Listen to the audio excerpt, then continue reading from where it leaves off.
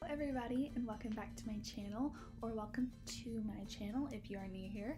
My name is Landry, and today I'm going to be talking about getting accepted for the DCP, the application process, and also I'll be talking a little bit about the waitlist. So let's get started. For those of you that don't know what the Disney College Program is, it is an internship with the Walt Disney Company. You can either intern at Disneyland in Anaheim, California, or Walt Disney World in Orlando, Florida, which is the park that I will be going to. There are different options available for the program. You can either go in the spring or the fall. There's also an opportunity to do what's called Spring Advantage and Fall Advantage.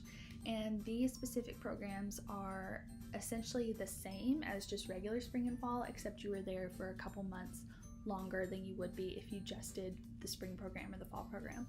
There is also a summer alumni program. So if you've done the program before, you are eligible to do the summer alumni program. There are 3 different steps for the application to get into the Disney College Program. There is the initial application, there is the web-based interview, also known as the WBI, and then there is the phone interview, also known as the PI. So if you hear me reference those, that's what I'm talking about. So when I filled out my application, a lot of people have suggestions on what to do and things that you should say, things that you shouldn't say. I really just kind of filled it out on my own. I didn't really take any advice from anybody. I just went in and filled it like I would any other, job application, and that seemed to work really well. I didn't spend a ton of time on my application, was because I knew the more time I spent worrying over it and checking it and just stressing about it, that it would make me really, really anxious, and I would start overthinking it, and it would probably end up being worse than if I just sent it in as soon as I'd finished it, which is what I did. So my work experience, I filled up every slot you can, which if you have the ability to do that, if you have a lot of work experience, I would definitely recommend putting all of it in there. And also my work experience is pretty varied. I have experience doing reception work, I have experience in the food industry, I have experience in a lot of different areas, and so I think that also is kind of what pushed me so quickly to the next step, was just that I have a lot of experience in a lot of different areas that CPs mainly work in. Don't bother with a resume cover letter. They say specifically on the website not to add it. You will see people stressing over it and saying, oh, I need a resume, oh, I need a cover letter. The resume is built into the application, so you don't need to add a second one. And then you definitely don't need to add a cover letter because they literally don't look at it. You are kind of adding unnecessary stress on yourself by throwing those things in that they specifically say, hey, don't add these because we're not going to look at them. I don't know if that makes a huge difference in who gets accepted and who doesn't, but I think you will definitely save yourself a lot of time, a lot of stress if you don't have to worry about doing a cover letter resume. On my initial application, I put interest in 6 different roles.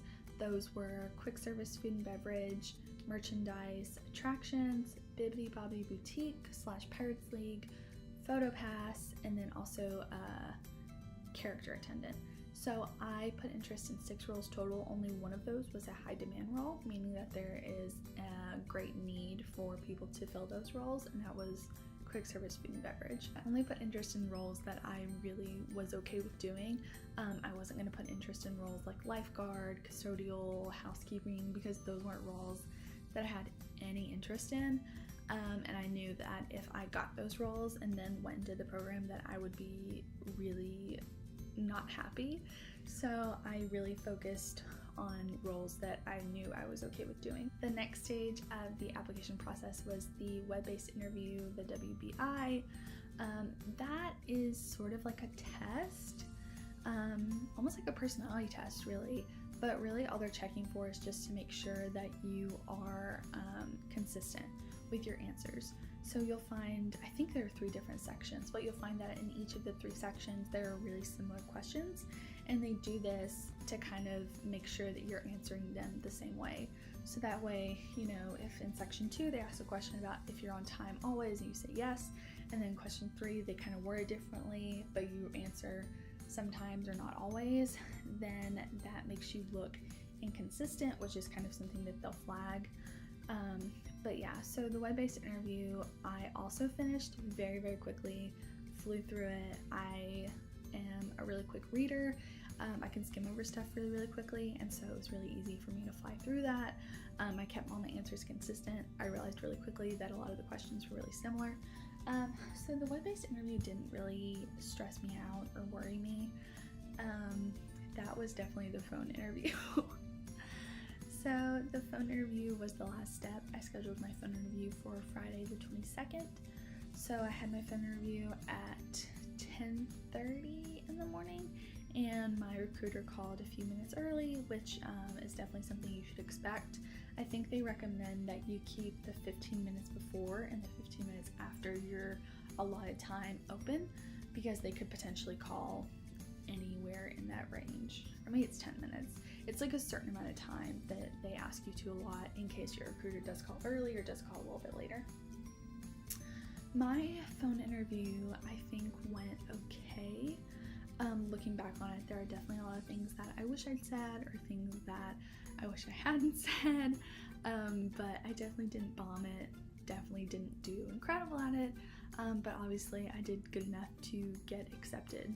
So another thing with the phone interview, and this is kind of just general tip, it's definitely helpful to smile throughout the whole interview. Sometimes I found myself kind of like losing my smile because I was so stressed, but keep a smile on your face, keep a positive attitude. Definitely just don't fret over it too much. The worst thing you can do is stress about it, which is exactly what I did, and I think that's why it made the weeks after it so much more anxiety inducing, was because I've been so stressed during the actual interview. A lot of people suggest looking up some questions beforehand, so before your interview, Googling most common like DCP questions and kind of looking over those.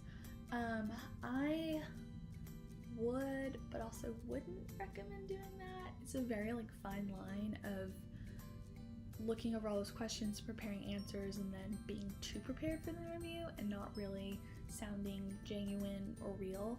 And then there's also the worry of going in and not knowing at all what to expect and sounding very stressed and very not put together. So there are definitely people who go in the interview without looking at questions, and they do fine, they do great, they get into the program. There are also people who go in and have questions prepped beforehand who also do great and do fine and get in. But then there are also people who are the opposite of both of those, who don't look at questions and fail the interview, or look at too many questions beforehand and fail the interview. And so it's a very fine personal line. Just do whatever is best for you.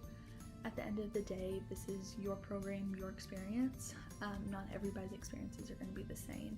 So that's something that I would recommend taking time to consider before your phone interview.